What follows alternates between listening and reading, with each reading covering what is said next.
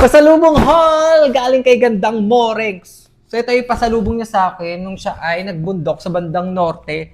At ito ay galing sa El Norte Dried Fish na bilihan daw ng pasalubong. Siyempre hindi mawawala.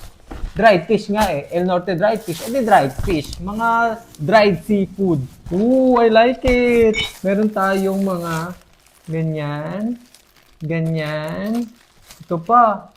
Ang dami. Langgit pa yan. Espada yata to. Liliit na isda.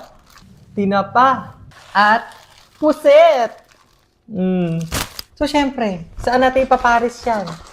Sa suka. So, meron tayong dalawang suka dito. Magkaiba yung kulay. Hindi ko alam kung magkaiba din siya ng flavor kasi isa lang naman yung brand name niya. At nakalagay dito, suka ni Mang Sidro.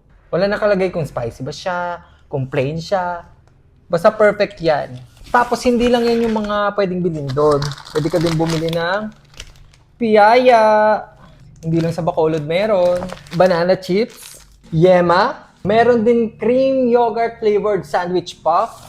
At itong mini waffle crisp coconut latte. And lastly, meron tayong oats bar chocolate. So yeah, pwede nyo mabili to sa El Norte Dried Fish lahat. Kaya nung sa mga bumabiyahe ng Panorte at naghanap kayo ng pampasalubong, doon na kayo bumili sa El Norte Dried Fish. Sa bawang branch nila to galing. Pero bakit walang bawang nakasama? Again, maraming salamat. O, inisin na ito.